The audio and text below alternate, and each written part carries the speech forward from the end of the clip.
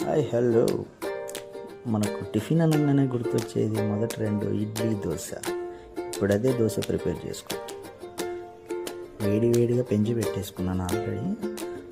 దానిపైన ఒక ఉల్లిగడ్డ కొంచెం కట్ చేసి నీట్గా అలా రబ్ చేస్తే మనకు సాఫ్ట్గా అవుతుంది అనమాట. దోశ అనేది బాగా నీట్గా వస్తుందని అమ్మ చేస్తుంటే చూసిన. మార్నింగ్ చేసింది. పిండి మిగిలింటే నేను ట్రై చేస్తున్నా. కొంచెమే ఉంది పిండి, అలా ట్రై చేద్దాం. ఓకే, ఇప్పుడు తీసుకున్నా. అందులో ఒక స్పూన్, 1.5 స్పూన్ వేసుకున్నా దోశ. అంటే బాగా పెద్దగా మనకి రావాలని. పర్ఫెక్ట్, పర్లేదు, బాగా వచ్చింది.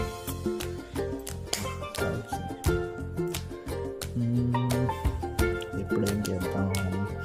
దోశ మామూలుగా చాలాసార్లు రాదు. ఇప్పుడు కాస్తంత ఆయిల్ వేసుకుందాం. దోశ మామూలుగా నాకు చాలాసార్లు ట్రై చేశాను, రాలేదు.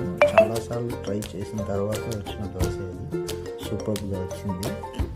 అంటే ఎప్పుడైనా అమ్మ వాళ్ళు ఇంట్లో లేనప్పుడు చేసుకోవాలంటే మనం కూడా ప్రిపేర్డ్గా ఉండాలి కదా. అందులోనూ మనం బ్యాచులర్ రూమ్లో చాలా రోజులు డిగ్రీలో టైంలో బ్యాచులర్ రూమ్లో ఉన్నాము. మనకి ఇన్స్టెంట్గా అంటే బయట కూడా రెగ్యులర్గా పిండిలు ఇప్పుడు దొరుకుతున్నాయి అన్నమాట. మనం రూమ్లలో బ్యాచులర్ రూమ్లలో కూడా చేసుకోవచ్చు.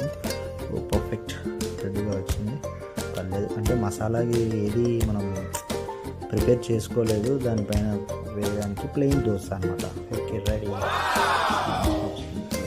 దోశ రెడీ. ఇప్పుడు ప్లేట్లో సర్వ్ చేసుకుంటాం. Okay, perfect. చట్నీ ఉందన్నమాట. కాసింత పల్లి అవి వేసి చట్నీ చేసుకుంటాం.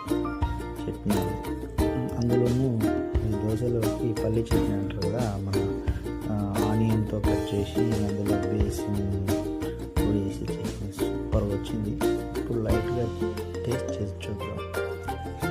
మొక్క అవుతుంది. చట్నీ కొంచెం, వేలు కొంచెం. బాగుంది, సూపర్ ఉంది.